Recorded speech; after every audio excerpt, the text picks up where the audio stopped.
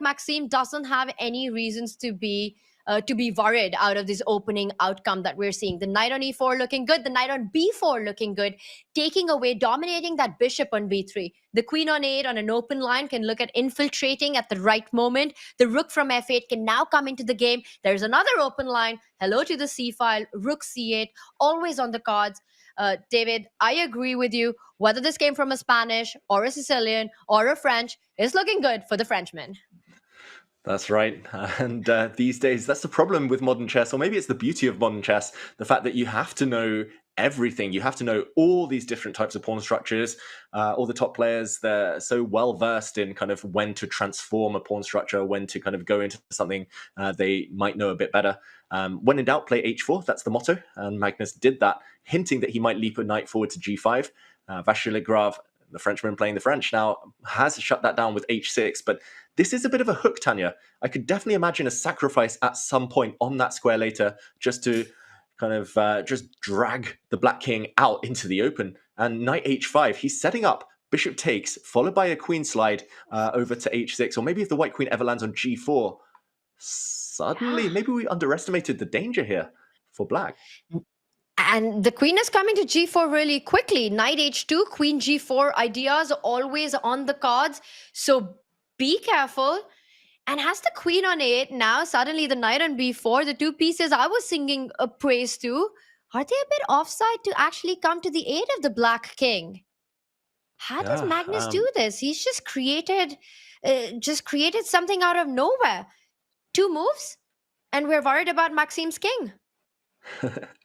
That's the tricky thing with commentary, right, Tanya? It looks so innocuous, black's position, but one careless move, creating a weakness, touching a pawn on the side he's weaker, Vachier Lagrave, and suddenly he could be paying a heavy, heavy price.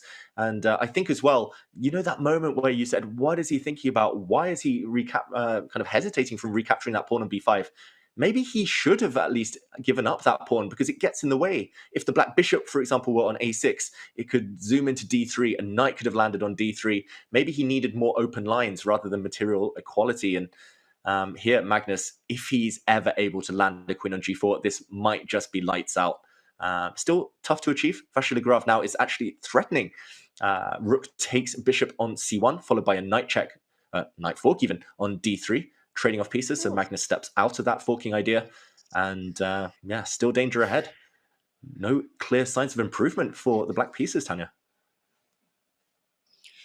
Maxime's really good at finding counterplay, and I think we're going to see that, how he does it, because it also feels as though black has done nothing wrong with his position. He's not made any weakening moves.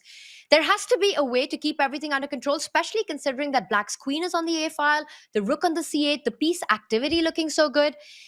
Magnus needs two moves for the attack to come to fruition. Where is Maxime's counterplay? David, I'm looking at some ideas which involve knight jump, placing the queen at an active square. I don't know how exactly you do it. Queen to... It's really tough. Help me here.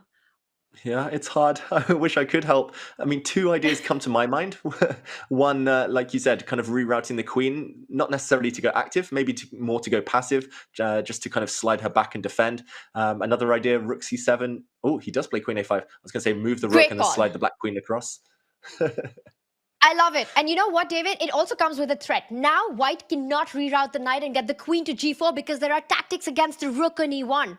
So yes, queen d8 is on the cards, but queen a5 is also prophylactic against knight h2 because of the jump that you're highlighting, knight b3 coming in.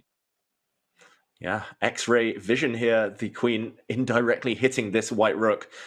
So really, really clever. And wow. Top players, we talk about prophylaxis, just planning in advance for things that could happen some hypothetical day. And Magnus plays an undeveloping move, putting the white rook back where it came from about 10 moves ago.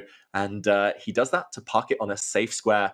Now his queen is relieved of her defensive duties. The white knight will step back. The queen will indeed leap forward. And that is literally the definition of chess class, Tanya. Rook to f1. Who even cares about developing pieces? It's all about focusing in on your ideas while stopping your opponent's counterplay. Impressive by both players, I've got to say. A samurai knows when to undevelop the piece. I mean, rook to f1 is such a classy move by Magnus. You put it on a less active square, but simply preempting black's threats. You stop those, and then you want to do what you came to do after h4, knight h5, which is to get that queen to g4. Does Maxime have the time to go for the plan that you were hinting at? Can he target the h4 pawn? Has that been played, or is that you analyzing it, David? Which one? I was about to analyze it, but that is Maxime Vachier Lagrave. He beat me to it. He's quicker than me, and he is indeed hitting this pawn. He's parked his queen back on d8. We talked in the earlier game featuring Nepomniachtchi how when your queen is so far divorced from her king, often your defenses collapse. You need a queen to defend, to hold everything together. So a queen on f8 might well be the best home for it, sad as it may seem, a defensive square, but holding all the important defensive points. In the meantime, gaining a tempo, I would say. I'm expecting pawn to g3 here from Magnus Carlsen. I don't see any reason to gamble to give that pawn up. G3 looks like the way forward, but black at least has bought himself a bit of time here, Tanya. What do you make of this? Are you still of the belief that Vachier Lagrave is finding all the right resources to stay in the game? I'm not going to lie, I like that queen better on a8 on the open file than I do on d8, but I think it was the need of the hour. He had to do it. He had to get the queen to the defense. And I agree with you that now with the queen on d8 lined up with the bishop, knight h2, bishop takes pawn might just be a threat that you have to be careful about, because eventually that bishop is defended when the queen does land on g4. I don't believe Magnus will go for these ideas. He might take the cautious approach that you're pointing out. A move like g3, it's the same as playing rook to f1, right? Because then next you anyway want to go knight h2, queen g4. So yes, Maxime's delaying it, but is he just delaying the inevitable? How do you keep fighting this threat after g3? Yeah, it's not clear. It's not obvious. I guess at least the black queen could land on f8. A king could slide into h8 once the white queen comes out to her attacking post on g4, but it is very, very passive. One idea that comes to mind, Tanya, and it's a bit of an odd one, but king to h8, queen to g8, queen out to h7, and activate the black queen this way. I've seen stranger things happen. So Magnus just weighing up whether he has to go for the attack now or whether a slow move like g3 would give black enough time to kind of reorganize the defenses. Often time is a bit of a luxury in chess, so Magnus just deciding now whether he has that luxury or not. What are you predicting here? I would love to see that plan that you just pointed out being played out. King h8, queen g8. That is some super GM level maneuvering to activate your queen. And once again, let's highlight how that bishop on b3 currently is dominated by Maxime. The knight on b4, the rook on c8, it takes away the c2 square from the bishop. The pawn chain in the center of the board, denying any activity. That bishop is a bit of a dead piece that unfortunately where it really wants to be is the b1 to h7 diagonal. By the way, step 1 on the board, g3 has been played. Will Maxime go with David's idea of king h8, queen g8? It looks really pretty once you show it, David. It would not have been on my mind in about 10 years. It's just amazing. I think it's just too kind of just too weird, too wacky, too wonderful. This idea, it just takes too long as well. The reason I suggest this actually is because black has one big bad problem piece. The problem child of the position is this bishop, and first step king h8. But this black bishop. Sorry, go on, Tanya. I was just going to say, David, you should be there playing, but then I'm just glad you're here commentating with me instead. So it's fine. By the way, the game is being played out as we are calling it. Knight h2 on the board. Moment of truth. Is Maxime going to play queen to g8? Oh my God. Of course he does. Of course. Thanks, Maxime. We're so in sync. I've known him since we were kids, and he's showing that he knows his stuff right now. I'm not saying it's a good look at the white bar slide up. So probably not the best, Tanya. But yeah, a nice, cool, quirky idea from Maxime Vachier Lagrave. And a key point as well, being that the black knight is actually trapped in the center of the board. After pawn to f3, the black knight has no squares, but the queen on g8 allows g6. And if we see a transformation there, the black queen does line up with the white king. So if things open up, maybe it wouldn't be necessarily in white's favor. So dual purpose move. But here we see the blue arrow, knight g4, still good for white. It looks objectively. I'm still getting over this maneuver. It is just so instructive. The queen was on an open file on e8, and it might look like from queen to a8 in 5 moves, Maxime has managed to get it to g8, where it's just not doing anything at all. By the way, a move has been played, king to g2, and look at the move the computer is pointing at. That is stunning. And it's all to open up the problem piece in the position, David. Knight to c5. Take my knight. Allow d4. That bishop will not be the problem piece. It will be the problem piece for Magnus Carlsen if that happens. He needs to find it, Vachier Lagrave. If he doesn't, he's losing. Pawn to f3 next move will just trap this black knight. And that's game over. You lose a piece. It will be too late once the pawn lands on f3 because the diagonal is blocked. So Vachier Lagrave walking a tightrope here. He's frowning, Tanya, head in hand, scratching his head. I think he might have seen it. Knight c5 gets the knight out. It targets this bishop. And like you said, that knight is pretty much poisoned because if the black bishop ever opens up, that is deadly for the white king. Let's jump in, actually show this on the board very quickly. This is a key moment in this clash. He's reaching out. David, he's about to make a move. He's played it. He does it! And we're going to see a shake of the head from Magnus Carlsen now. Tanya, a crazy move in this crazy match. Maxime Vachier Lagrave is really playing to his strengths.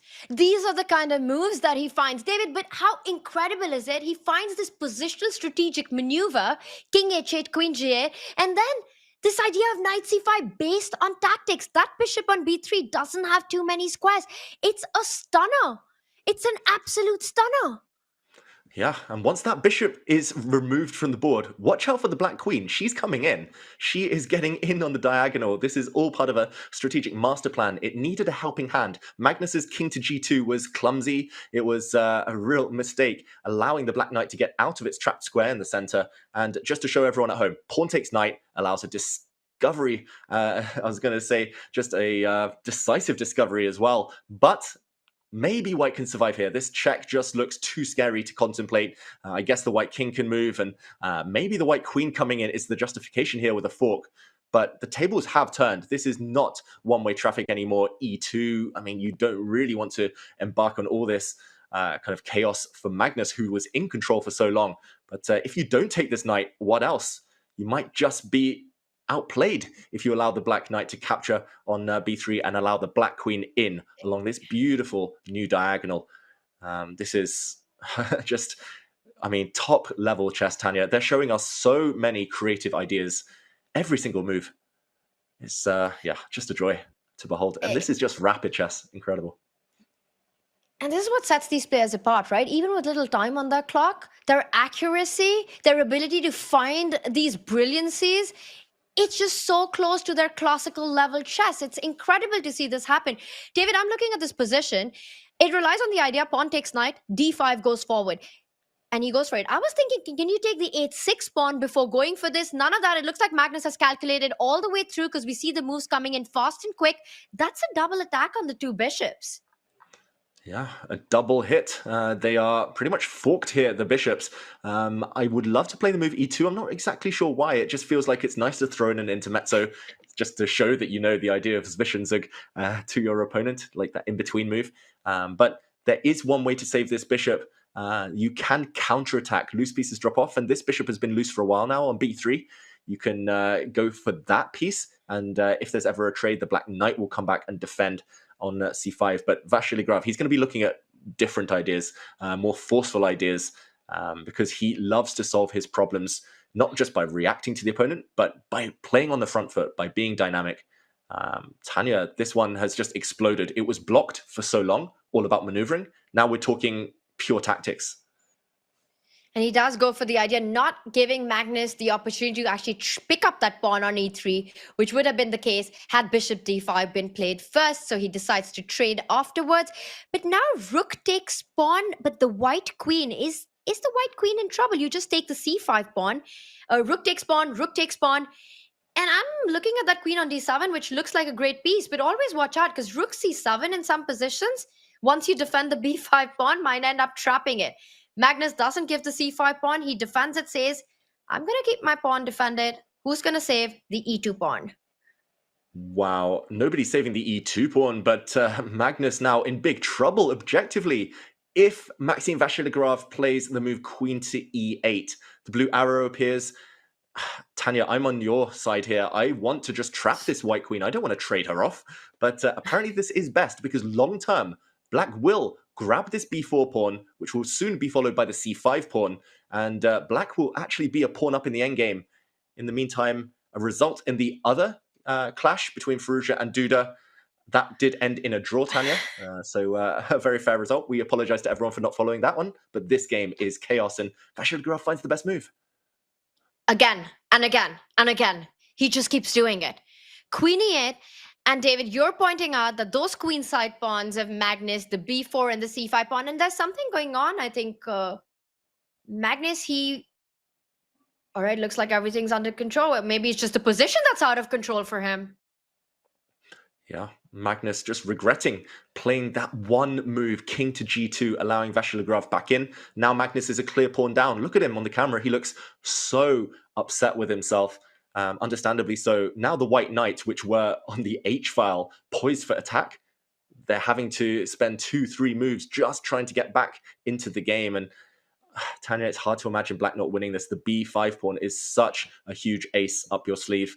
And a bit of an odd retreat there, I've got to say, from Vachier Lagrave, allowing the white rook in. I'm not sure what that idea is all about. But yeah, once you move the black knight, push the b4 pawn forward, it should still be winning. Well, the one counterplay that Magnus is relying on at some point is to either hit the b pawn with the rook on b7 or hit the knight on c6 with rook to c7. For example, a move like rook b8 runs into ideas of rook c7 hitting the knight. David, is black still keeping the pressure because you have to push the b pawn? Rook b7 stops it for the time being, b4, but are you getting ahead? Yeah, you might need some preparation in order to push this pawn any further. It's really well guarded. But as you said, this construction of the knight and bishop is really loose, hanging by a thread. So what black needs to do, as all endgame players should do, is centralize the king. Here we go, Vachier Lagrave, a great endgame player. He's going to push his king even further towards the center, control his bishop, free up his knight. And once the king is more centralized as well, white can't do anything against that. Then the black rook is free. Then the black knight is free. And the e5 pawn also weak, Tanya. Yeah, I think in a classical game, Vachier Lagrave wins this 9 times out of 10. But the only thing is the clock. Will that give Magnus a kind of source of hope here? Both players under a minute. Maxime Vachier Lagrave has to show technique. The position is winning for him. He has this extra pawn. But can he finish the job in this endgame? And it's not going to be easy. Magnus is going to make the task as difficult as possible. Right now, Maxime hitting that knight on d3, that doesn't have too many pleasant squares. So Maxime has activated his rook. The other knight falls back to e1. Feels like the position's getting more passive. The rook trade being offered here? David, do you approve of that? I see you weren't sure.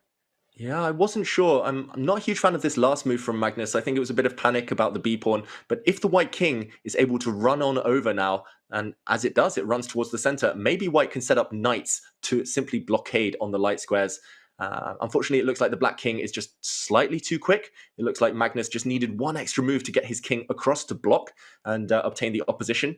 But Magnus's king too far away, and 6 seconds on the clock. Tanya, he's playing on this touch screen with no time. Oof. It's going to be so difficult to keep pace. And a very difficult endgame to boot as well. You're playing down a pawn. Now black's king joins that party on the queen side to assist the pawn to advance. King a4, idea b3, and Magnus wants to get the king to c4 to defend it. He just cannot allow the b pawn moving forward. Maxime rerouting the bishop to a better diagonal. David, playing on seconds, it still requires work. Requires a lot of work. And to Vachier Lagrave, he's asking the questions with the speed. Magnus looks so cool, calm and collected, considering he's living life on the edge here. He's about to most likely lose a knight for the b4 pawn. The black knight can actually just come back and trade itself off for the blockader. But instead, Maxime's going hunting for white pawns. He's allowing some counterplay. I'm not convinced, Tanya, here by Vachier Lagrave's technique, but it still looks under control. He's going for this h5 pawn now, maybe with a check. And that is the one counterplay that Magnus has, is on the king side, that h pawn. Knight g3, knight h5. But he slows down because you have to be careful. There are ideas like king f3, king g4 that perhaps could have trapped that knight on the edge of the board. Maxime calculates it. He trades, puts the bishop to attack, forces Magnus to trade off these, and that's it. Magnus Carlsen resigns. Unbelievable. Maxime Vachier Lagrave, 2 wins in a row, takes a lead. Magnus Carlsen has to win the final rapid game in demand. David, what happened there at the end? Yeah, Magnus just kind of accepting his fate quite timidly there, you've got to say. He wasn't able to set up that fortress, wasn't able to hold